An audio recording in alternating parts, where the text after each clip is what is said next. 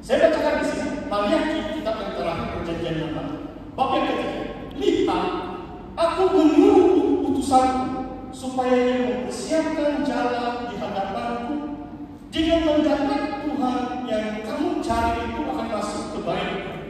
Malaikat perjanjian yang kamu kehendaki, sesungguhnya ia datang dari Tuhan semesta alam. Saudara, ada hamba Tuhan yang mendahului kedatangan Tuhan. Seperti Yohanes Pembaptis, dia mendahului, dia memperkenalkan Yesus kepada umat Israel abad yang pertama. Demikian juga pada akhir zaman, ada utusan-utusan Tuhan mendahului Tuhan sebelum kedatangan untuk menyiapkan, untuk mempersediakan jemaat sebagai perawan suci yang layak masuk perkawinan anak domba. Siapa yang dapat tahan? Ayat yang kedua, akan hari kedatangannya.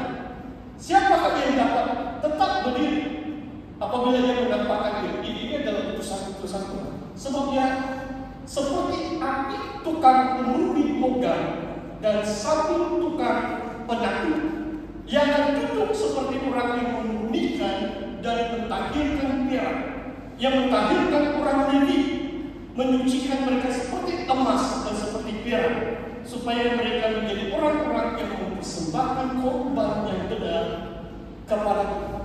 Saudara, hamba-hamba Tuhan akhir zaman, wah, luar biasa. Kadang-kadang kalau jemaah kita sekarang, saya bukan katakan di sini, ada pastor-pastor pun takut memberi teguran.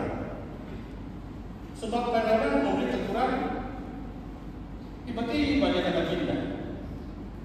Sebab pemimpin saya tidak tahan ditegur. Di sini mengatakan umat Tuhan akan memberi persembahan yang benar kepada Tuhan kalau mereka siap ditahirkan, kalau mereka siap disucikan, kalau mereka siap dimurni. Hamba Tuhan akan menyatakan kebenaran Tuhan untuk menyuci. Saudara, mempersembahkan korban yang benar. Jangan sangka semua yang kita lakukan ini benar. Saudara, saya mau komen satu perkara. Saya harap saudara tidak marah dengan saya. Begini, bila kita menyembah Tuhan tadi tiba-tiba, saya rasa di depan itu terang, di belakang itu semakin gelap. Kamu ada perasaan itu? Ada kan? Waktu saya masuk pastor di Beverly beberapa minggu, tiba-tiba saya rasa gelap, di depan aja yang terang. Betul kan? Betulkah cara begitu? Kenapa di depan saja yang terang, jemaah duduk dalam kegelapan? Kenapa saudara? Coba kamu pasang beberapa YouTube dari Indonesia. Biasalah itu macam konsert kan? Di sini lampu lebar, terang, yang lain semua gelap. Jangan dikatakan Tuhan kita adalah Tuhan terang. Bahkan dalam Yohanes ada dua sifat utama Tuhan. Allah itu kasih, Allah itu terang. Kita menyembah Tuhan dalam terang. Jangan menyembah Tuhan dalam kegelapan. Pasti beri contoh. Dalam kemah suci Musa, kemudian bait suci Salomo membangun bait suci yang pertama. Pada 3.000 tahun yang lalu. Sebelum itu ada kemah suci yang dibangunkan oleh Musa di padang gurun. Apa yang menerangi tempat orang-orang Lewi melayani? Tempat kudus. Tempat di luar pun api bakaran dalam mezbah itu sentiasa ada api. Di tempat kudus itu, kalau kemah suci satu menorah pelita yang ada 7 cabang. Saudara tahu menorah? 7 cabang itu pelita. Dulu tidak ada listrik macam kita sekarang. Jadi mereka pakai pelita yang ada 7 cabang. Dan cabang itu kalau minyak zaitun itu dituang dari cabang yang satu, semua itu penuh. Jadi lampu atau pelita di kemah suci menerangi tempat kudus itu. 7 lampu itu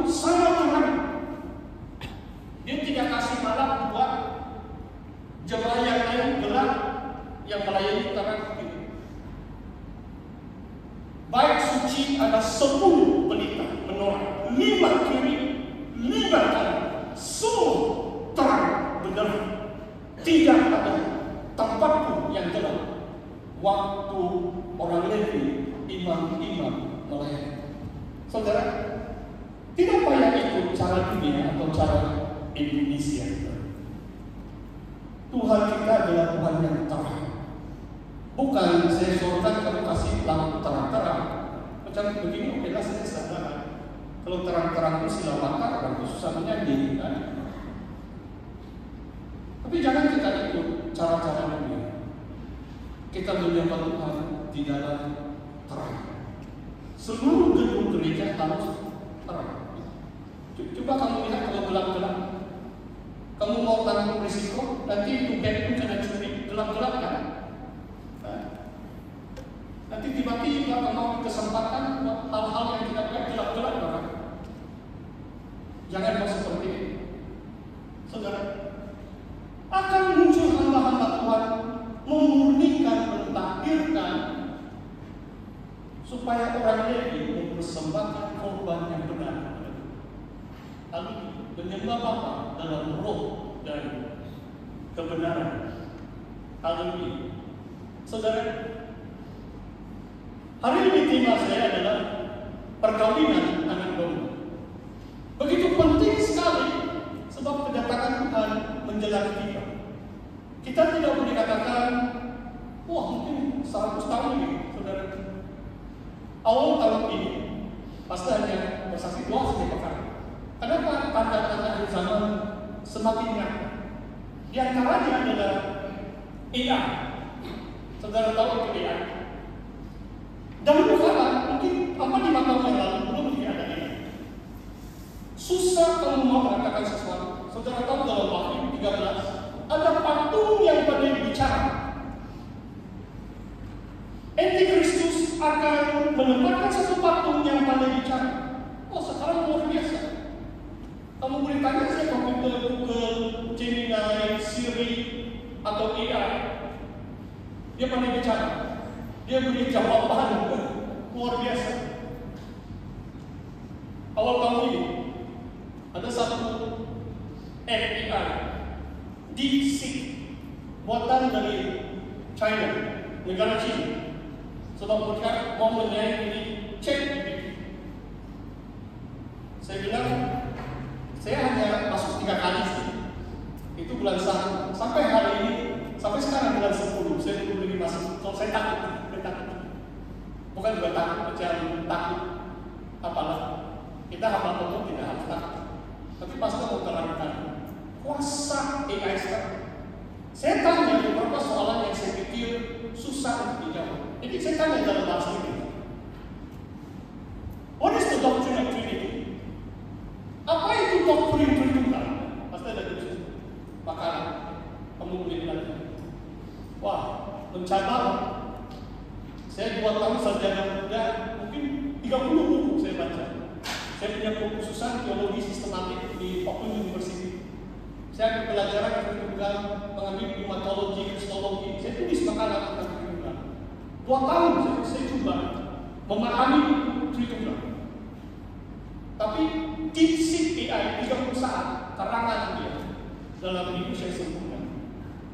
Kalau saya dokter bersyarat, saya kasih A, sangat tepat jawabannya. 30 saat kan?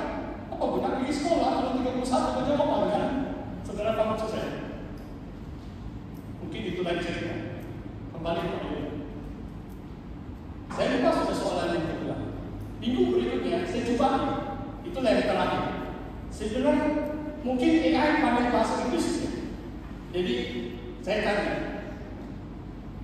what is the doctrine of Trinity in Malay? Apakah doktrin Tritunggal dalam bahasa Melayu?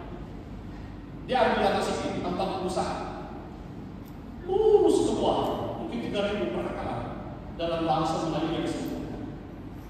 Kalau saya dulu memeriksa essay itu, saya bagi di kelas. Tepat sekali. 40 saat. AI boleh beri jawaban, apakah itu doktrin Tritunggal? Maksudnya mungkin tidak kayak buku sudah. Kalau ini apa buku ini? Pasti main-main. Memang ada kebenaran yang perlu dikecam. Saudara, kenapa saya saksikan ini? Mesin yang diciptakan manusia tidak sempurna. Mereka tidak berroh atau berji.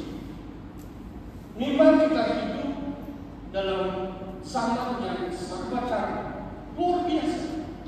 Kalau saudara tidak tahu kenapa saya bagi ini, sebab sudah ratusan buku saya baca. Saya dapat menilai sebenarnya jawaban dari AI itu tepat atau tidak berdasarkan penguasaan saya dalam Alkitab. Kalau saudara tidak baca Alkitab, kalau ada sedikit sesat, orang katakan apa? Itu minuman teh itu sangat sedap. Tapi satu titik sejarah orang mati bahkan. Kamu paham maksud saya? Kalau tidak tahu Alkitab, susah menilai jawaban-jawaban yang diberikan oleh komputer, smartphone, AI, DeepSeek atau ChatGPT. Saya tetap percaya kita sembah Tuhan dalam roh dan kebenaran, berdasarkan kebenaran kita, supaya kita menyembah Yesus yang benar. Kita beritakan Injil yang benar. Kita terima Roh Kudus yang satu-satunya dari Allah Bapa dalam nama Yesus. Mari kita berdoa. Mari kita datang kepada Tuhan. Haleluya Tuhan. Terpujilah nama-Mu ya Bapa. Bapa, kami bersyukur ya Tuhan. Hari ini kami dapat berhimpun di tempat ini. Di tempat di mana Tuhan berikan, khususnya di gereja SMI Pekanbaru ya Tuhan.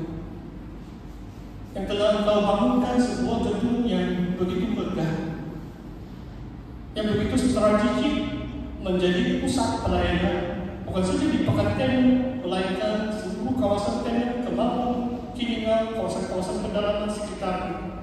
Tuhan, Kau memberkati gereja ini ya Bapak.